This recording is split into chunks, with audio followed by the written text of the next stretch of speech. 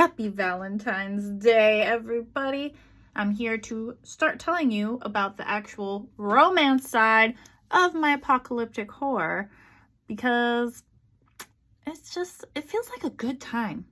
So starting on page 1, we find out that Sarah is hooking up with a man that she has just met, and it's kind of just going to be a weekend fling.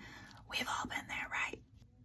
And then, of course, we introduced you to Sven, the man that she is traveling with, who knows a little bit more than he seems to let on.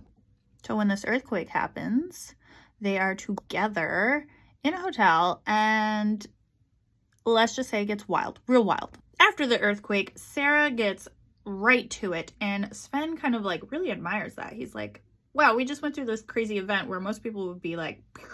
But Sarah, having been an ER nurse, is kind of like on top of her game. She's like, I gotta go find my friend. I gotta make sure everybody's okay. And, maybe I should pop by the hospital. And Sven's like, wow. So, of course, when Sven later is like, hey, I want to leave and go back to my family. And Sarah's like, what? Take me with you. First of all, I feel kind of bonded to you after, we survived this big ordeal thing together. And yeah. So even though I wrote an apocalyptic horror, which is so much fun, I knew deep down that I wanted to also show the start of a relationship in here. Sarah and Sven are getting to know each other in an apocalypse, which I feel like is something not very much explored.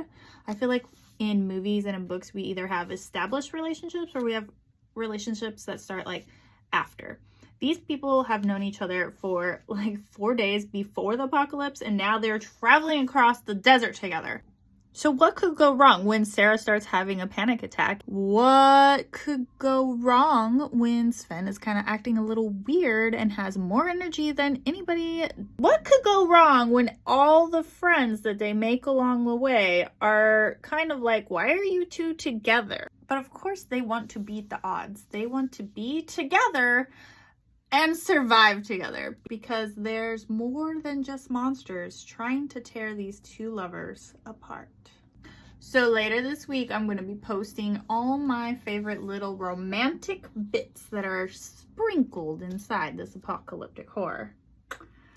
And you can pick up your copy at Barnes & Noble, Amazon, Pals, all those good places, in physical form or an ebook.